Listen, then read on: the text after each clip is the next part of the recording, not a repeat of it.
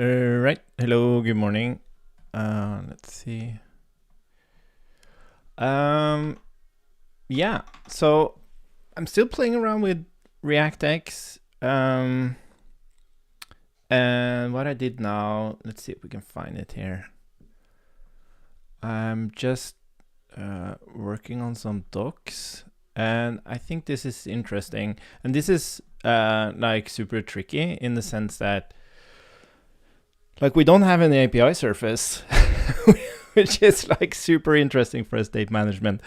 I could even brand it as the state management library without an interface, or without an API, or whatever you want to call it. But then you do want to show some good patterns. And you can encapsulate that in helpers, but I'm kind of at this point where like since we're using so much AI, it's better to make the AI just follow conventions in the code as opposed to teach it how to use these specific APIs. It should be much more reliable. And the reason like React is maybe one of the, like imagine an AI have never seen JSX or React before, and then being able to like just write that code. That would be incredibly difficult to do if you think about it as a library. The reason React works so well is because it has, like the LMs has a shit ton of training data on it, like an insane amount of training data. So if you're going to build something new that you want people to be able to use with AI, you have to be really, really careful. Or you have to ship your library with skills. So ideally,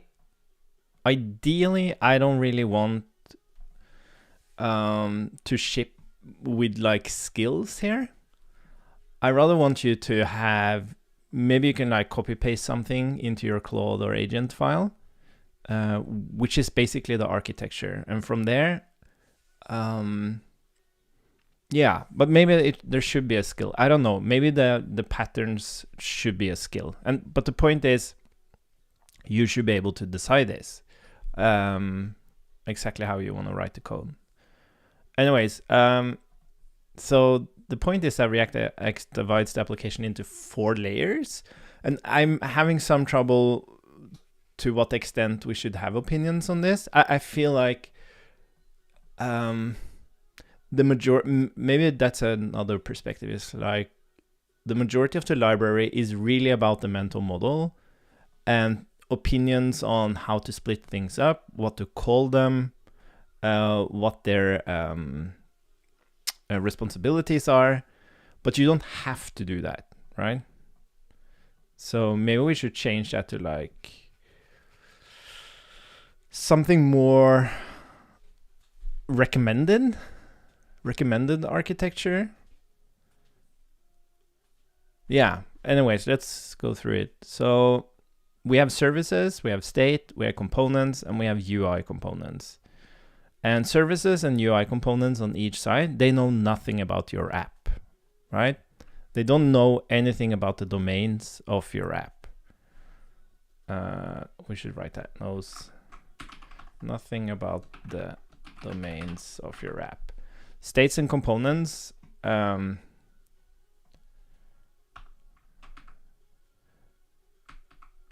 represents the domains of your app. So as an example, you can have a service called HTTP service, but you wouldn't have a service called user service. You can have a UI component called input, but you wouldn't call it post edit input, for example. That's not a UI component. Then it becomes a normal component. And that ties into how you define state. So anyway, services give state classes access to the environment, the network, local storage, push notification, third-party SDKs, WebSocket connection, whatever. Just points out exactly what I said. And you can be very Like you can adjust it a lot to what the application actually needs. So yeah, so like if it's a JSON API, of course you would just make it JSON and all of this stuff. You would put in any like retry mechanism there, any logging potentially, whatever it might be. The important thing is that you pass services through the state. So you don't import services directly, you pass it through the app state or the root state, and then you pass it down. And this is where you can choose to use like dependency injection if you have like a really complex app. But the point being that now you made it testable. So you can replace the services and just create a new state class in a test, and then you just mock those services. It's a beautiful thing. And then state owns the truth of your application. It holds data, exposes computed values derived from that data, and provide methods through which everything is mutated. So basically your state and actions. Blah, blah, blah, blah, blah. And then you have components is to derive UI from state. So it is well aware of the domain, like it's using the state, which is the domain of your application. And this shouldn't be using any use state. All the state that the components use comes from the state classes. Even like inputs and everything, absolutely everything, because that is the experience of the application. And then UI components, these are just like services, like very generic types of primitives, which can hold internal state. So basically, yeah, another perspective on it is you shouldn't mix. Where are we? Components. You shouldn't mix using app, session, whatever, with local state. Another thing, yeah. So actually, maybe we should enforce you to use a context provider. It ties into the testing ability of the application, so that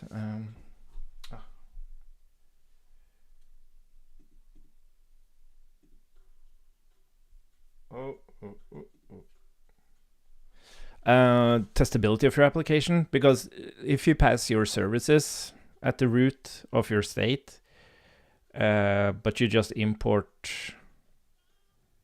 the app directly in components, that doesn't really work. So I think we should change that as well. So we should like make it testable. That's always a good thing. Oh, interesting. Oh.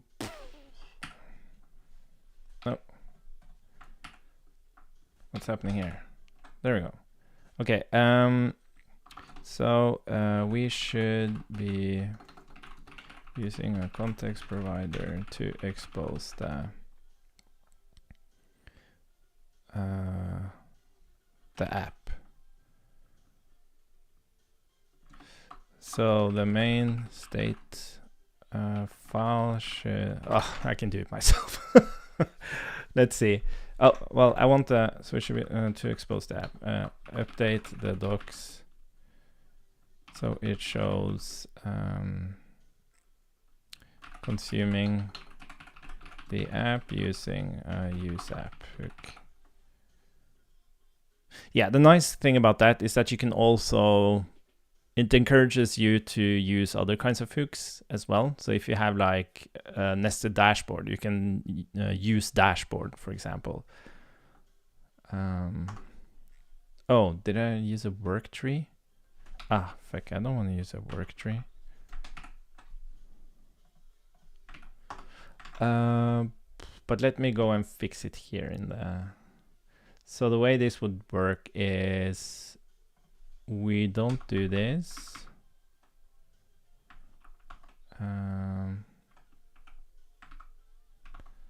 Let's see.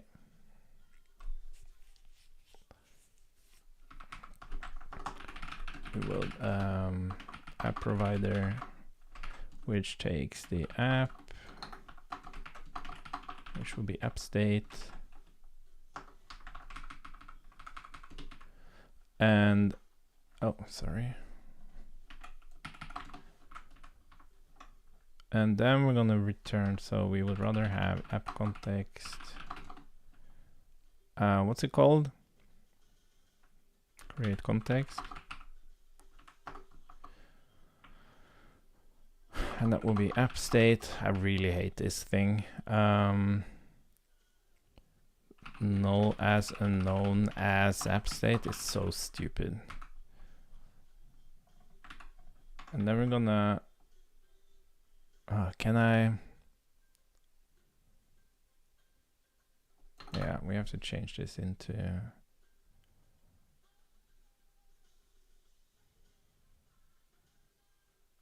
yeah, you know what? We're gonna move this, sorry.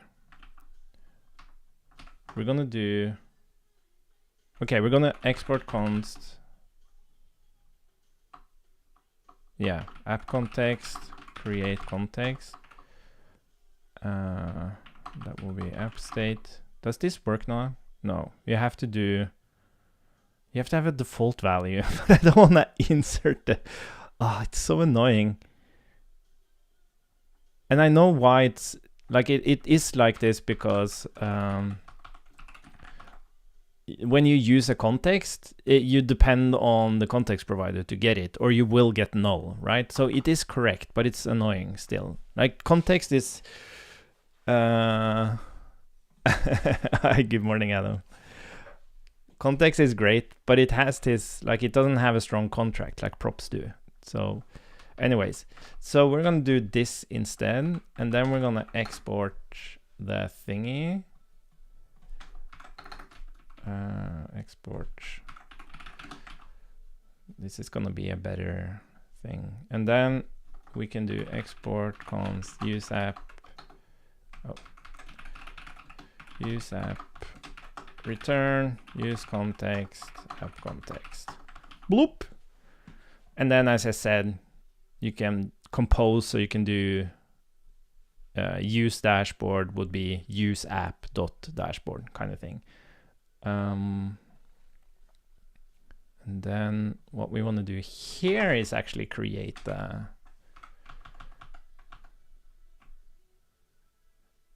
let's see. So let's do we have the context provider, so we can just do context sorry, app did I call it app provider? No, app context, of course.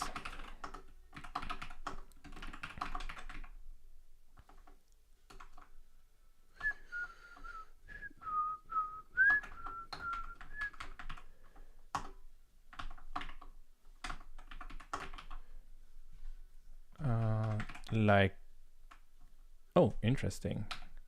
Oh, remove that one. Reactive from ReactX. Reactive. Cool, this is how it should look. So now you can wrap app context with any component and provide any version of app state where you pass in services. So that's also different here. So we should, let's just export this. And let's see, let's add a constructor here. Constructor private JSON storage service. Cool.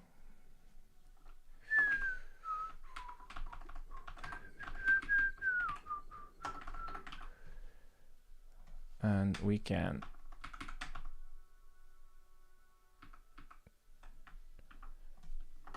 const app and then app. There we go. And then of course you could pass it in as an object of services, like, and do whatever you want. But then this would also be where you hook up all the, if you do, oh, you meant here? No, not here, because this runs once. If this was like a function, then it will run multiple times. But yeah, this is more clear. JSX can be, I had that mind-bending thing several times. Like JSX is messes with your head. Okay, let's see. So yeah, app use app.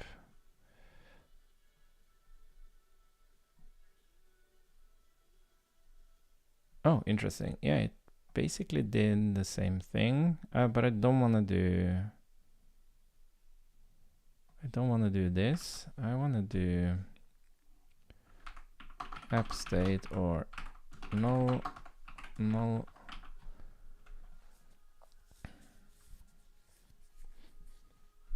export. Oops.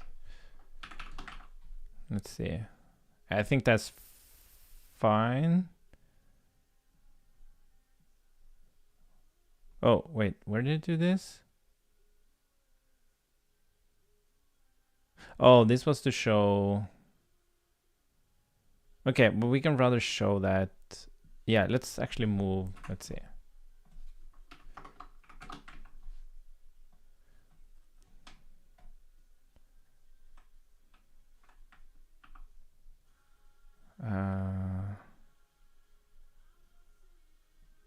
Yeah, I don't think we have to overstate this.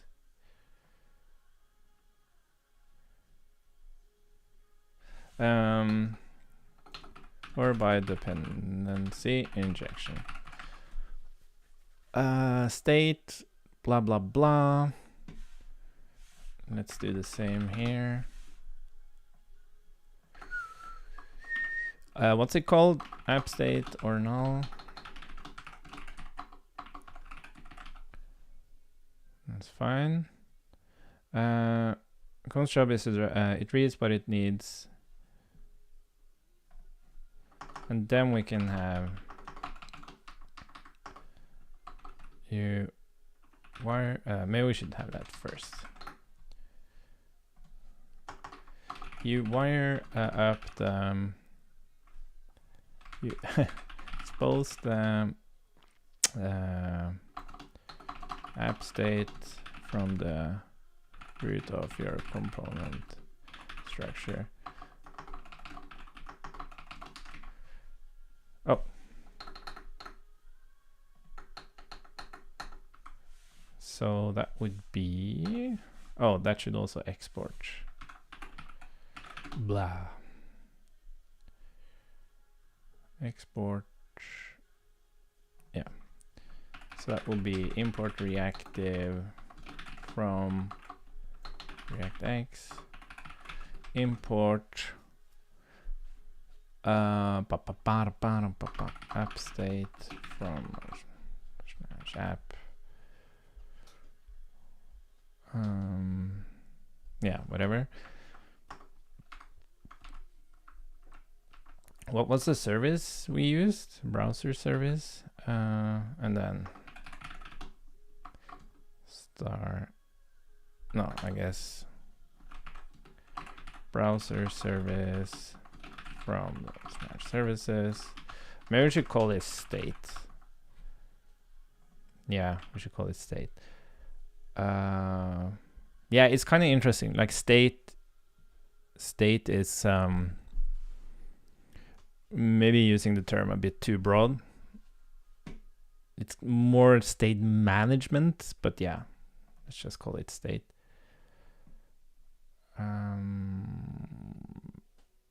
Because it holds the actions as well.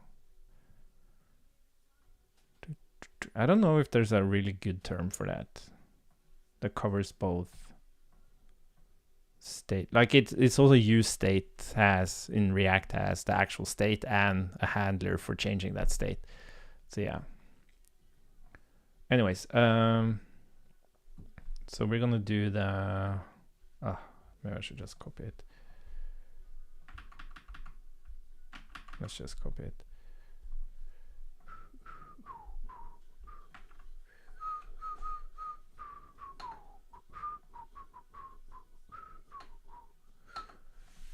And then app context.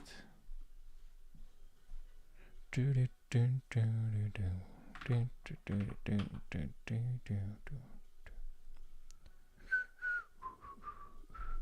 and we can say services,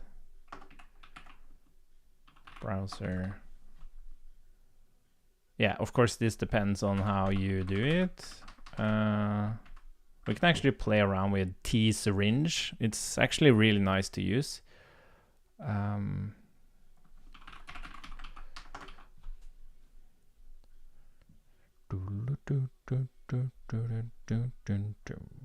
Okay, cool.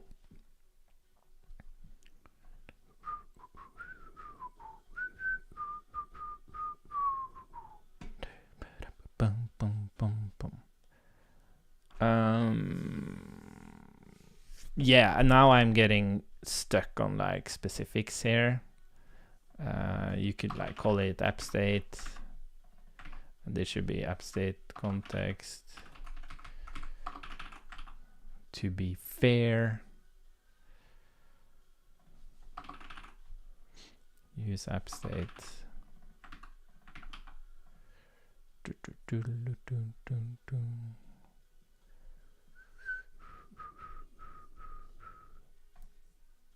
Use app state.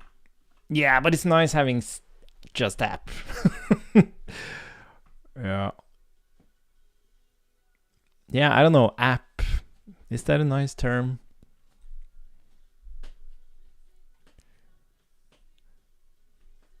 Sometimes I've used like made these statements like your state management is the app. The UI is just a derived interface from your app. Yeah, maybe let's go with that one. Sorry, I get hung up on these term things. And the reason we can't just do app is because typically your component is called app, right? So we do postfix it with state.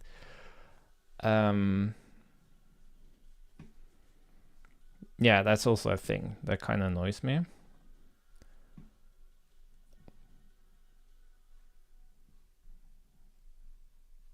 But anyways, let's do app context. Okay, cool.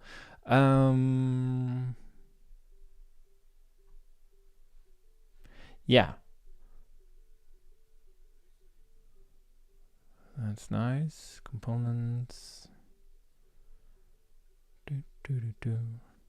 Yeah, so here we can have like a use user hook, right? And then it will throw an error if there is no user. So, and the way you would handle this is with the error boundary, right? So you know, looking at components, if you have the user or not. And then if you make a mistake, it should go to an error boundary. So if you have, for example, a component that must have a use, yeah, and that depends. Like it should be called use authenticated user, of course. So if you know that there's a feature that requires an authenticated user, you can use that hook. But then you have to make sure you have an error boundary around that feature. So if the user suddenly isn't authenticated anymore, either you don't show that feature or you show an error.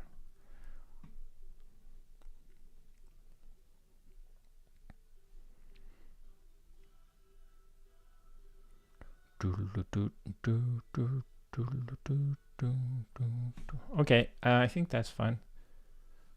Let's look at this patterns thing, and then we can try to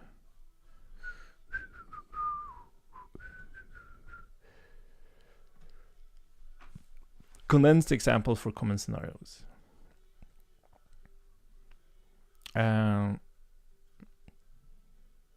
Yeah.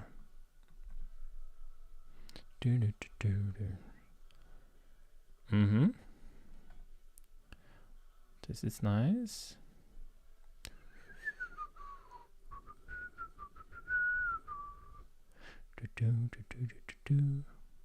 Per key, one instance per entity ID. I am very curious why people use maps.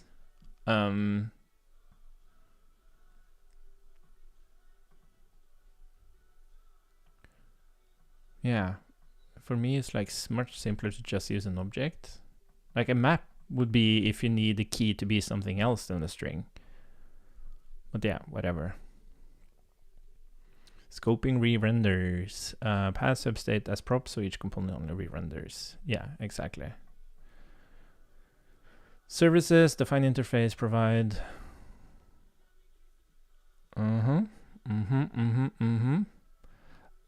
Testing, swap in lightweight in-memory implementation, no mocking needed. Exactly.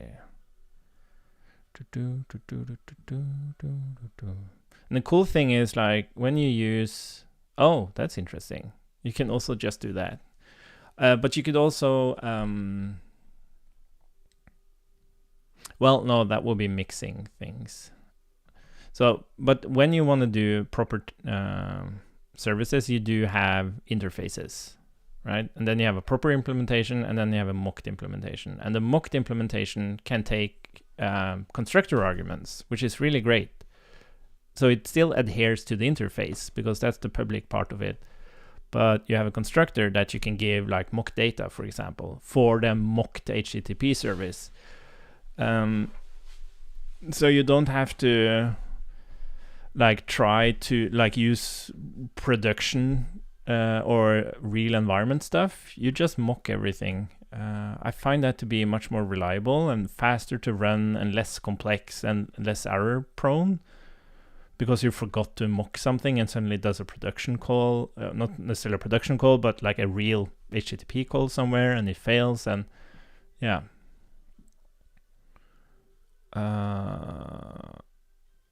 Yeah, blocking async, store a promise on state, use React. Yeah, this is the thing I'm... yeah, I was exploring like how should async work, and it's really, really interesting. We didn't talk about this. Let's talk about it. So a really cool concept in React is that you can just store a promise on your state, and then you can use the use hook to consume that promise.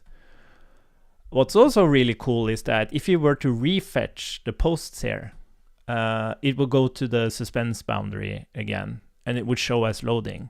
But if you wanted to do a background fetch, you could do the same thing, like app state refetch posts, whatever, and you can put that in start transition. You see this? Load posts. And that would actually not go to the suspense boundary. That would just flip this thing is pending, and you could show it in a different way. That's really amazing. And that's such a good way, I think, to think about async data. They are just promises. But the problem is, this is local. So this will only work in this component. So if any other component is consuming the posts, then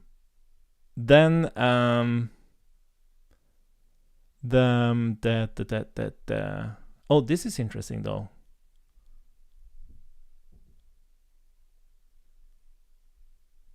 No, sorry, this is not interesting. The problem is that the only thing that actually doesn't throw to suspense is this component. Any other component that uses app.posts, which is getting replaced in here, they will throw to suspense. So it's just a broken model in my mind, at least the way I would want to use it. And that kind of sucks, because it's a beautiful idea that, okay, because from your state perspective, like in the classes, you can use promises just fine. You don't have that issue there. It doesn't matter if that value is getting replaced or whatever. You just await the value and then continue your logic. So it would be a really great way to think about async values. They are literally async like promise values, but we can't get around this thing, which annoys the hell out of me. And there's really no other way to solve it than what was it? You kind of have to put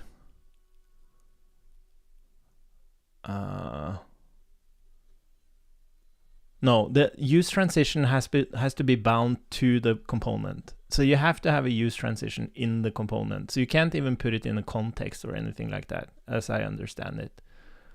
I would love to actually play with that because I want to make sure I understand this perfectly. Let's ask Claude again. I did ask it, but I was very, let's see. So I'm curious about React and how the use hook and use transition works. The way I understand it is that if you use the use hook with a promise, it will of course go to suspense, but when it resolves, it renders the component. And if I were to replace that promise, like externally, that will make the component throw to suspense again. But if I use transition and I start a transition that calls a function that replaces the promise, returns like a promise to start transition, then that component won't throw to suspense. It will rather create like a pending state you can use inside the component. But the problem for me is that if I'm using an external promise, that promise can be consumed in any other component. So that means that the only thing that actually becomes pending and not throwing to suspense is the component that actually does the start transition and calls the function that actually replaces that promise. So I want to know if I'm right about this. Can you go on the web and validate that this is the behavior? And I'm a bit confused by this because it seems incredibly unreliable in the sense of user experience. Like what was the intention here?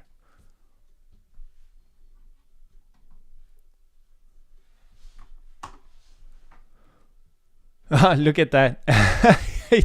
That's impressive. How does it know that?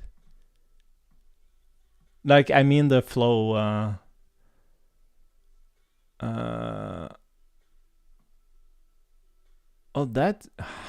Wow, that's impressive. Like, I think this is because Flow uses an LLM to look at my transcription. And then I guess it just has prompting that asks it to identify like coding terms and then puts like, that's really, really cool. Huh. Yeah, the use hook plus external. Yes, when a component calls use promise and the promise is pending, the component suspends and the nearest suspense boundary above shows its fallback. If you swap the promise reference, set new state holding a new promise, the other components also read. All components that use that new pending promise will suspend and the nearest suspense boundaries will flip to fallbacks. Standard suspense behavior, nothing special here. Use transition changes the commit rule, not the suspending rule. This is the part worth being precise about because it's the source of your "this seems unreliable" feeling. When you wrap a state update in start transition, React still renders the new tree in the background. Components that read pending promises still suspend during that render. That part is unchanged. The difference is that at commit time, React's rule is roughly if this render is a transition and committing it would cause an already revealed suspense boundary to flip back to its fallback, don't commit. Keep showing the old UI instead and set is pending true. JSers? What's that? Whatever. JSers? If under transition and React runs into the need of flipping back suspense contents to fallbacks, React just ignore it and doesn't commit the changes. The official docs phrase the same thing as state update smart. Critically, this only suppresses fallbacks for boundaries that were already showing content. A suspense boundary that hasn't revealed anything yet, first render wrapping, will still show its fallback. Yeah, that makes sense. So is your specific scenario right? The only thing that actually becomes pending and not thrown into suspense is the component that actually does the start transition and calls the function that replaces that promise. Almost, but the framing is slightly off. Is pending is local to the use transition call site? Yes. But the fallback suppression is not scoped to that component. It applies to every already revealed suspense boundary in the tree whose contents would otherwise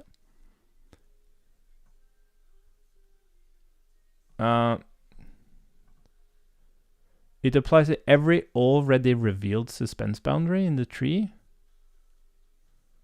And I don't believe that. Oh, any other component elsewhere in the tree that uses the same promise reference. Oh, okay. We should test this. I didn't know that.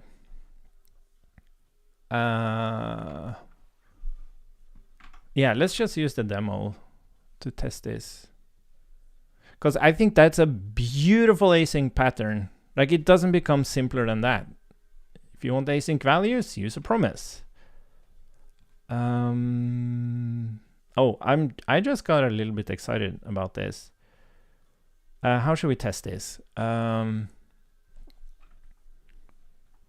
Let's just have like some kind of async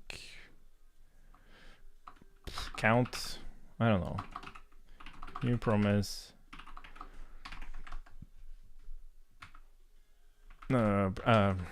Promise. Oh. Yeah, maybe we can do and then increase count. So this is gonna be async. We're gonna do return new promise of resolve. Yeah, first of all, current count. So this is gonna be a little bit bad, but that's fine. Async count. Set timeout. Yeah, we can do new count. Okay, at least do. Yeah, this is going to be like a race condition thing, but that's fine. That's a different problem. Resolve. 1 second. Oh. Yeah, and we need to do this. Oh, sorry. Yeah, sorry. Oh my god. Resolve. This is gonna have the new number. Current count plus 1. And this is of course this dot async count equals. Cool. Does this understand? Yeah. Great. Okay. So let's create our. I think this has been like the most confusing thing about React and promises is that I've never seen them. And the cool thing is that if it errors, it goes to the error boundary, including in transition, as I understand it. So if you call start transition and you return a promise like we do here, the thing is that the promise needs to be void, though. You don't actually return a value, but that's fine because we want the value to be put into the state anyway, so that makes a lot of sense for us. But if that errors, it actually goes to the error boundary, which is also really great. App, use app. Oh. So we should do, if no app, throw new error, no app provided to the component. Return app.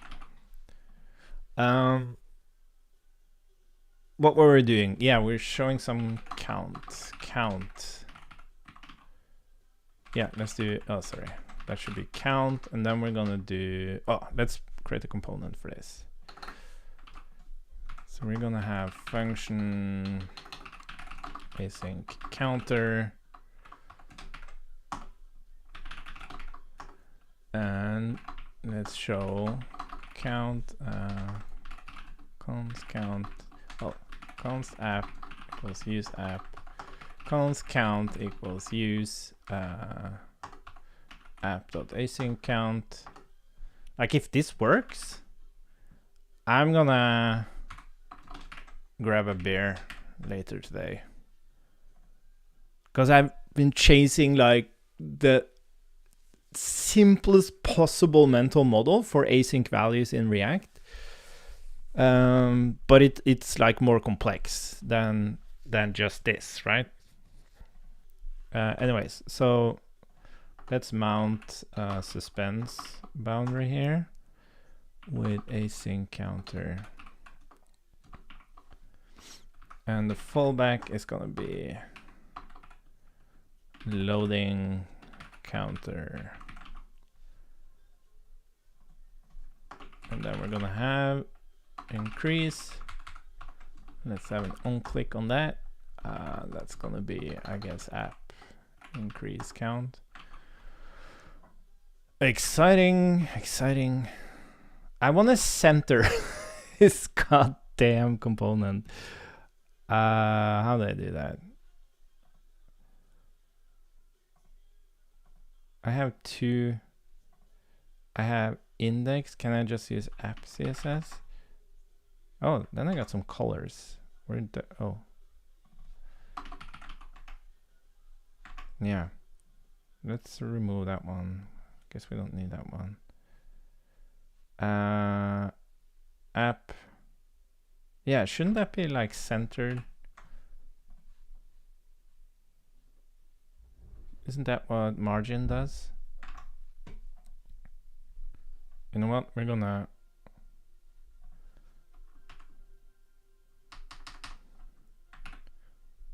help me. How do I? Or wait a minute.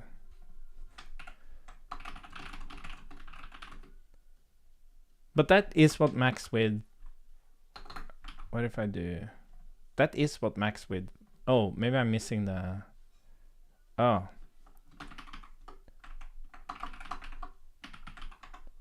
There we go. Cool. So now every time I click, it loads the counter, right? But if I were to, and that's fine, that's exactly, like this makes sense. But if we now do is pending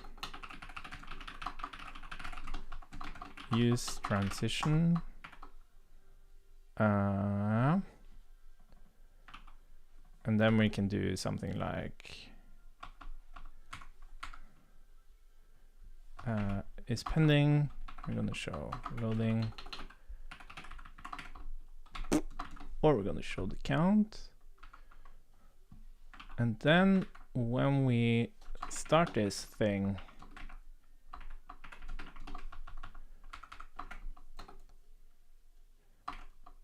oh, that's weird.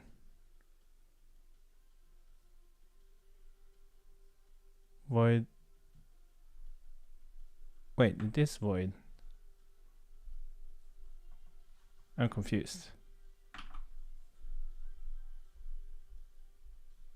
Oh, sorry. I have to call it, of course. Okay, so if we run it now. Oh. No, this doesn't work.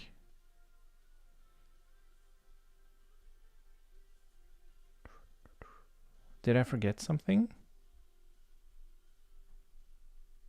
This should work. I've tested this. But this is the problem, right? You don't understand what's happening. Like, why isn't this working?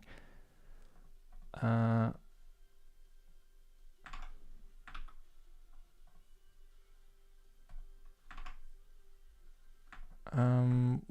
isn't that? Oh, I know why. That's so interesting. It's because of this one.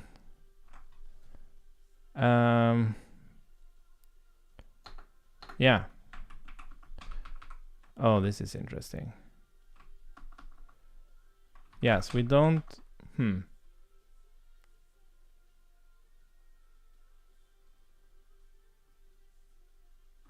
Yeah, okay, starting to kind of break apart a little bit for me. So the point here is the thing that we return from this thing is we need to await this thing. But we should be able to, await this. I think this is enough. No, it isn't. Wait a minute. Are we using, which version of React are we working with? 19. I think maybe they fixed a bug here. Is this the npm install latest React DOM latest? Well, I guess we should do it in the, well, we can do it in both.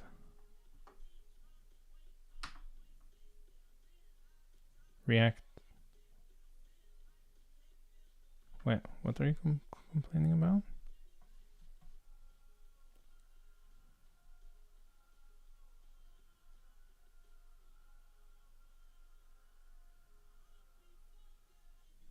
Yeah. Oh, but React types is, oh, for fuck's sake. But that's a dev dependency. How do I?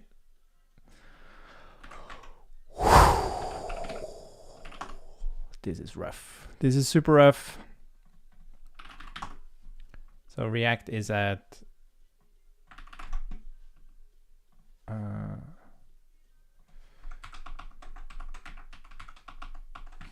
oops, and types React is at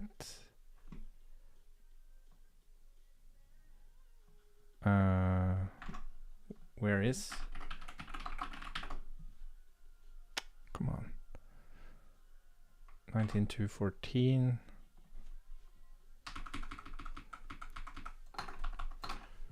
And types React DOM is at, oh shit, what was it? 19.2.3.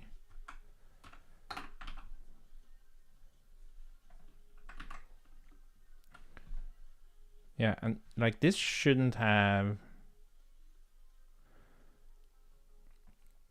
oh, this is interesting. We shouldn't have a hard dependency to React here. This should be peer dependencies.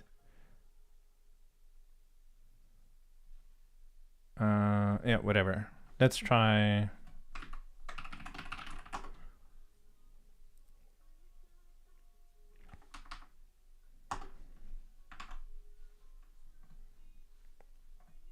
No, it's still not fucking working. What the fuck?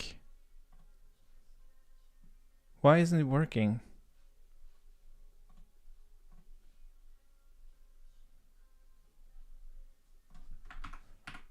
Why is not this transition working? It throws to suspense. Huh. But this is the presentation on async React. It was exactly this. Like, it's so fucking hard to understand how it works.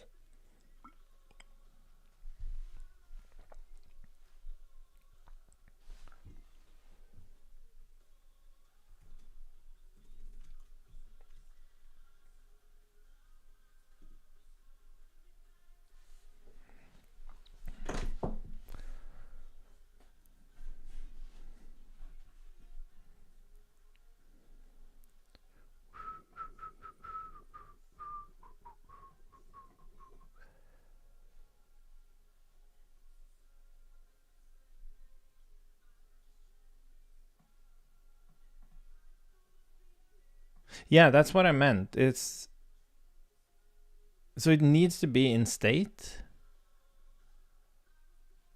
Okay, but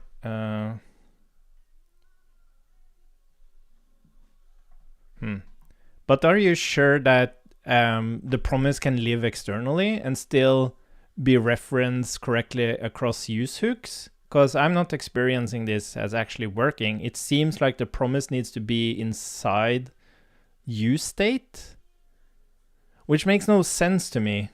Let me show you. Let me show you an example.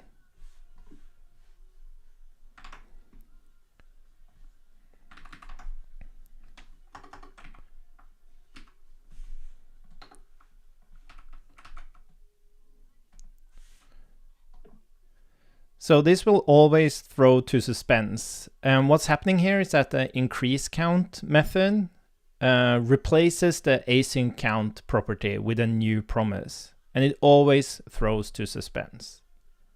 Why is that? Like even fucking Opus doesn't understand how this shit works.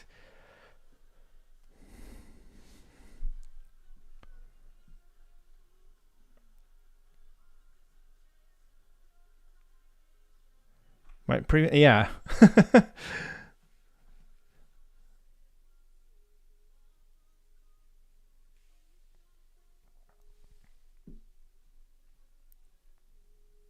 Yeah, the tagging mechanism. Mutates property on app and presumably notify subscribers via something like use or manual for it. Yeah, there's no set state call. Found 0 state updates to mark and exited. The re-render that eventually happened is triggered by the store's own subscription firing. Yeah, but this doesn't work. I guess this is the fuck. But why can it be tagged by use instead of use state? That would be so much better.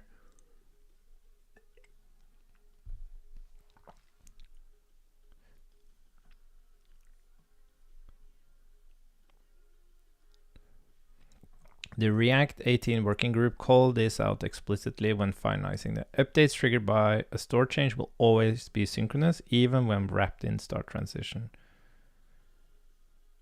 Yeah, it's not a bug. It's a deliberate trade-off. They pick consistency over no flicker because allowing async store mutations to ride transitions opens the door to tearing across components. Yeah, there's probably a very good reason. Where someone hit exactly store throws a promise for suspense wrapped in start transition and React errors with a component suspended while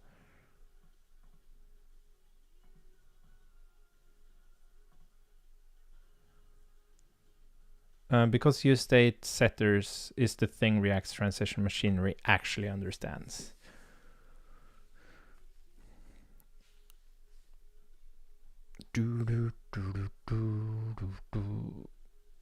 The set promise call runs synchronously inside the callback. React tags the specific update as transition priority. The resulting render carries the transition lane, and now the commit phase logic kicks in. I guess, yeah.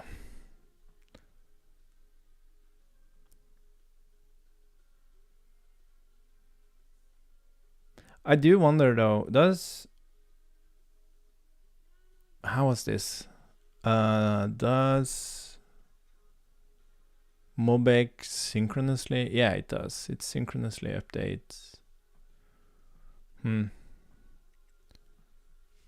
Weird swap. And the swap must be a set state or use reducer called inside start transition. Yeah, but then it's fucked again, right? Even if I were to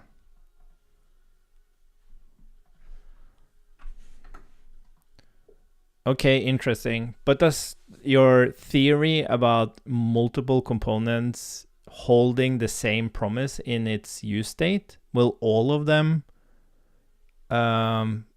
hold their suspense, not throw to the suspense? Yeah, is that true?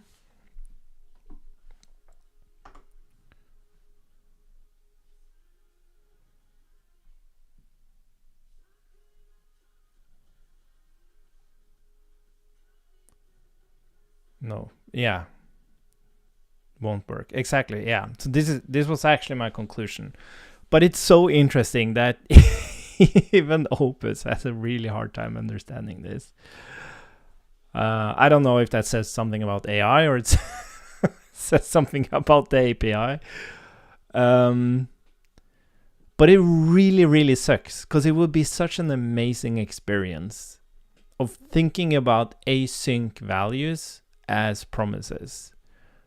Just raw promises.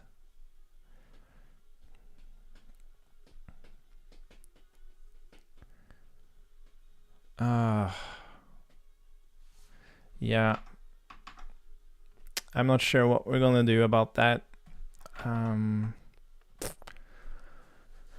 Because I wouldn't wanna like. So before suspense, things were much easier before suspense and before state machines and all of this. You would just shove in like you have a count and then you have like an is loading on the count and then an error on the count, and that works just fine. Yes, you have to orchestrate the relationship between those states and make sure they're always valid, but it's perfectly fine. I've never had like an actual bug related to that kind of state management. But it's still like the promise itself holds all this state. It holds the pending state. It holds the error state, and it holds the value, the latest value, or not the latest value, but it holds the value. It's just so annoying that you have to.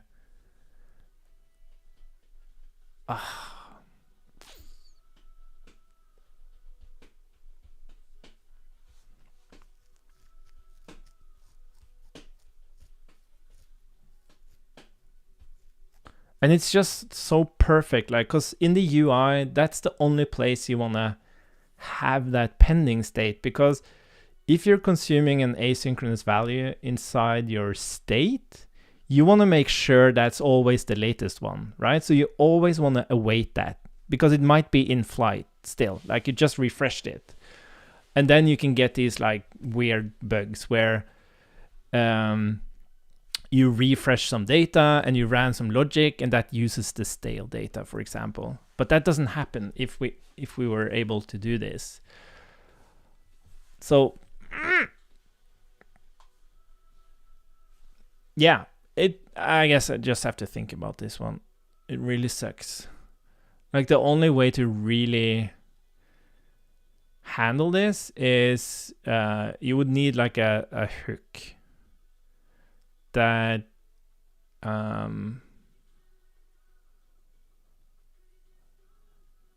yeah, how would you even do this? Like you can have so that could be nice, right? To be able to use, well, I guess it wouldn't be any different. Yeah, like you would have something like use promise.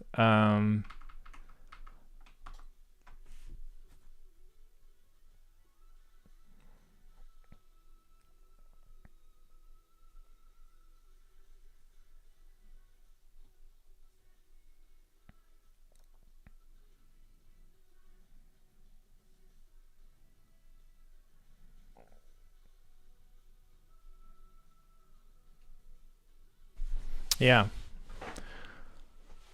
But that sucks. I don't want that. I want to use. There shouldn't be, like, that is such a challenging restriction to have on a library, to not have any APIs. But that's the whole deal. But the point is, the thing I landed on before I got distracted by this again is that if you truly want async values, yeah, but that's the thing. Like, you shouldn't think about how you use state here and how it affects the UI.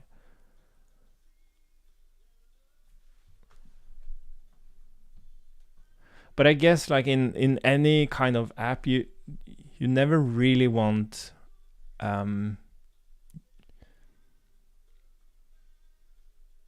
you always want to have like these smooth transitions of data. So you have the initial data, and then whenever you want to refresh that, you refresh it in the background.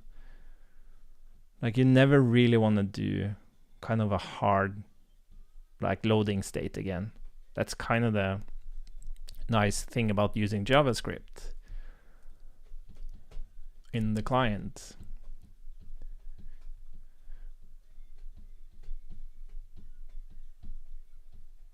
But at the same time, that fucking promise.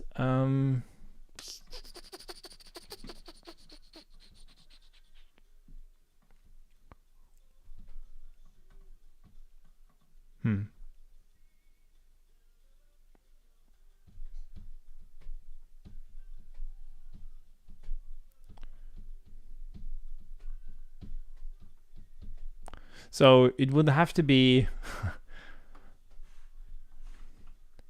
Okay, so how would that actually work? Like if it was going to be global, it was going to work with...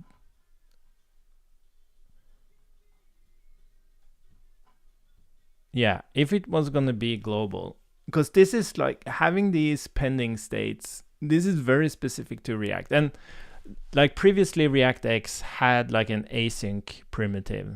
So you would actually do async. And that thing would ensure that it populated the promise with how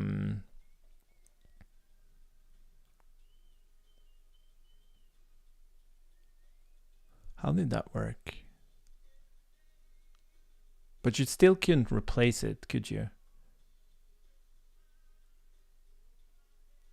No, you still couldn't replace it.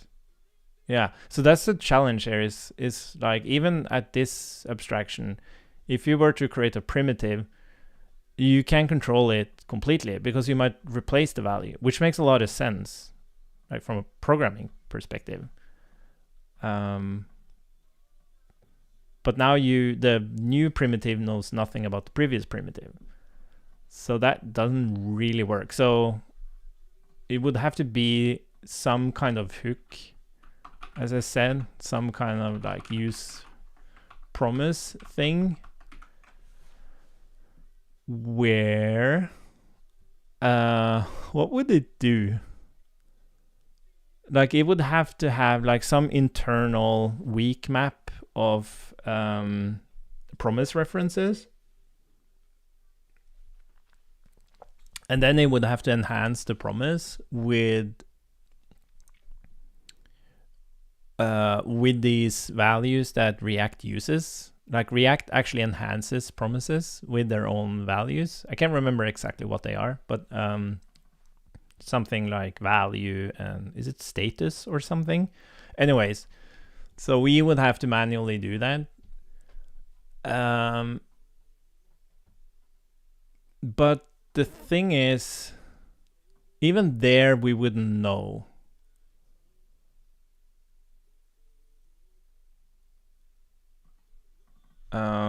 And it would have to be something like is pending. This would also be weird. Is pending. Or is refreshing or something. Yeah, no, it's just really, really weird. Why isn't this should be easy. This should be like super, super easy. And I don't understand why. But this would have been amazing. Like,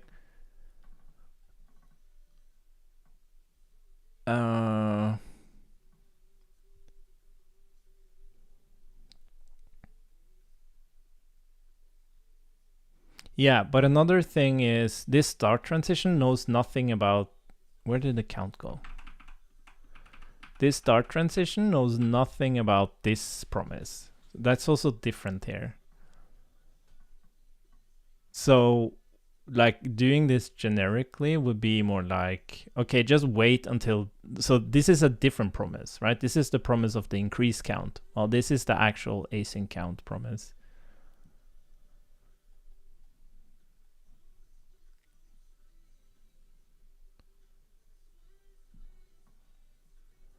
Yeah, no.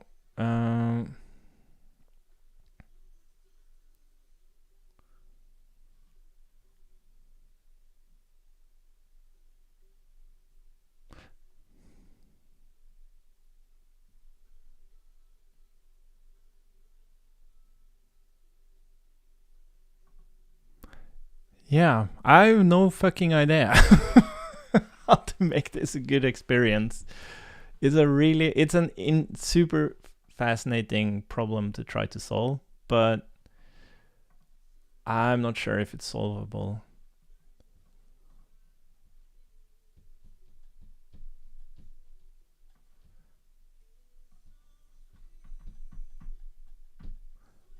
But it is much easier to just forget about this whole thing. Like, just don't do suspense. Just control the fucking thing. Okay, so your count starts at 0. And then don't do this. Just like, if this is going to be async, like you would have is pending count.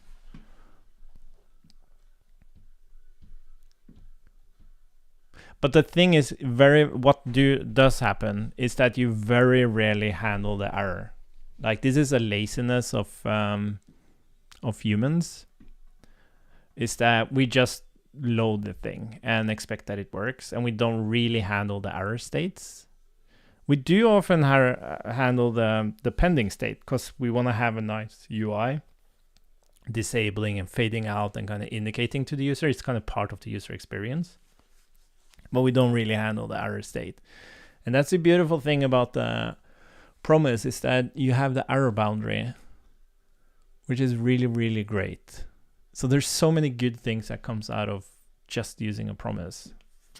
So it's like so worth it. It is a better primitive for managing async values. It's just that React has this annoying implementation of it. But again, okay, I want to count is pending, use promise.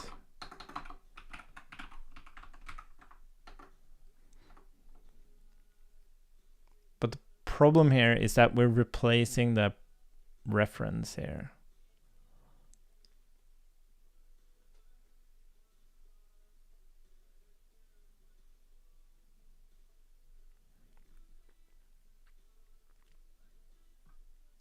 Well,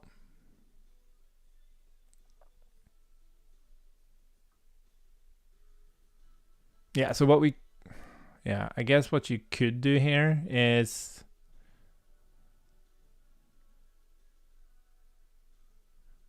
so what's interesting here is that, like, use promise could be something like, so it could be the promise, whatever, promise t returns t. So it would be like promise, set promise, initial promise, use state, initial promise, and then return use promise. And what would happen here is that if it were to re-render here, right? What you could do is you could have like an observer that would set the promise again.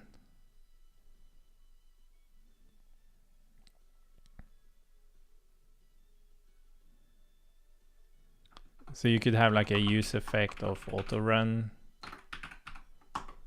just to set promise initial. Well, this will be the new promise, and I think, can't you control like initial?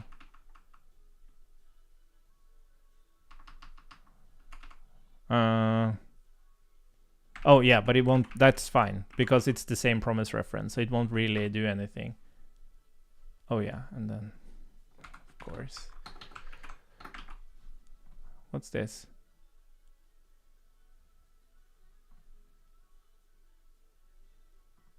Oh, is it? Yeah, I guess it's like this instead. Yeah, something like that. Let's see. Let's drop this pending for now. false. Let's drop this thing.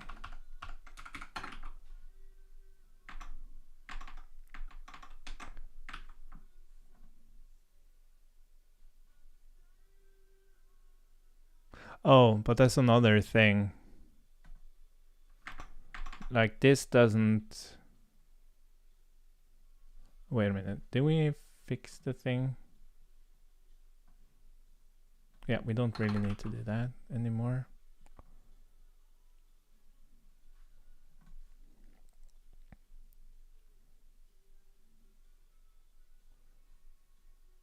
Oh yeah, this doesn't work.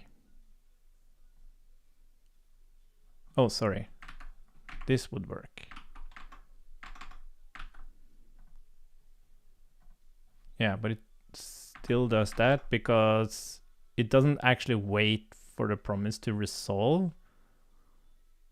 Well, I guess why even use here?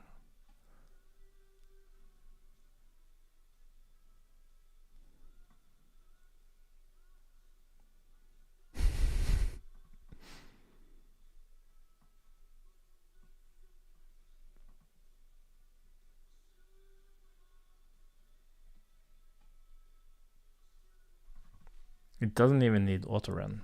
Like that doesn't matter.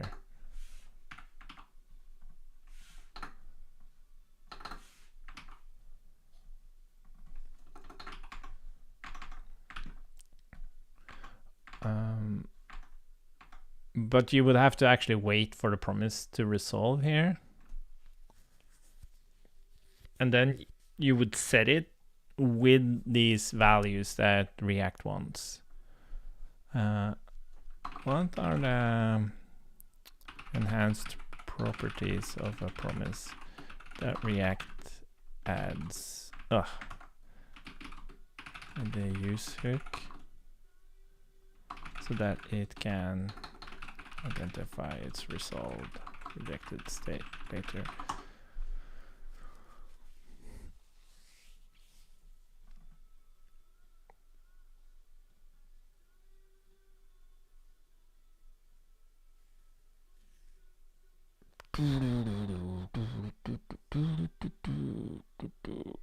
Yeah. Yeah, reason. That's the one I can remember. So what you would have to do is like enhance the promise.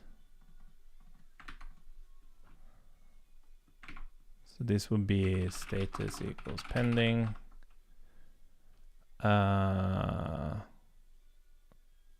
I guess it would always be that. And then you would have to like even let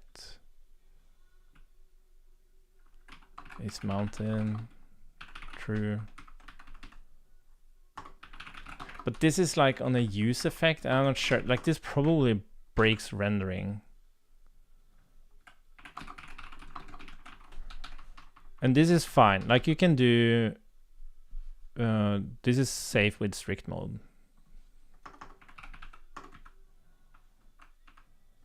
Then value would be state. Let's just see if it works. Value would be value, of course, and then catch.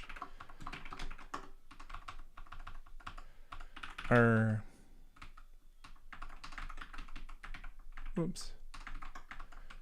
Is it rejected? Yeah. And this would be reason. And then it would set the promise. I shouldn't call it. Well, I guess we can do finally.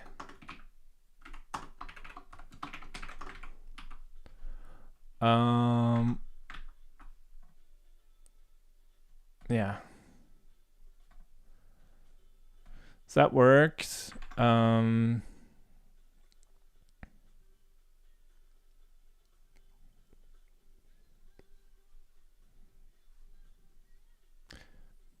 But it's a different mechanism.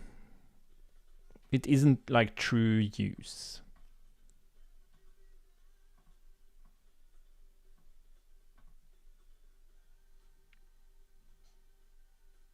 And like if I wanted to have a pending state here, like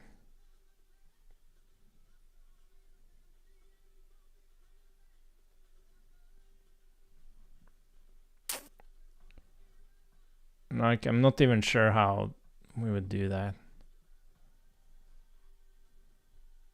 I guess that would be a separate use state. Yeah, anyways, I have to drop out. Yeah, I don't know how we're gonna solve that one. No idea. Like, it could make a hook. The thing is, like, we could make a hook work, but I don't want a separate hook. That's the whole point. I wonder if there's like some clever way of dealing with this. Yeah, I'm gonna prompt the AI on this and see if we can get some inspiration. But yeah, I have to drop out. Thanks. Bye bye.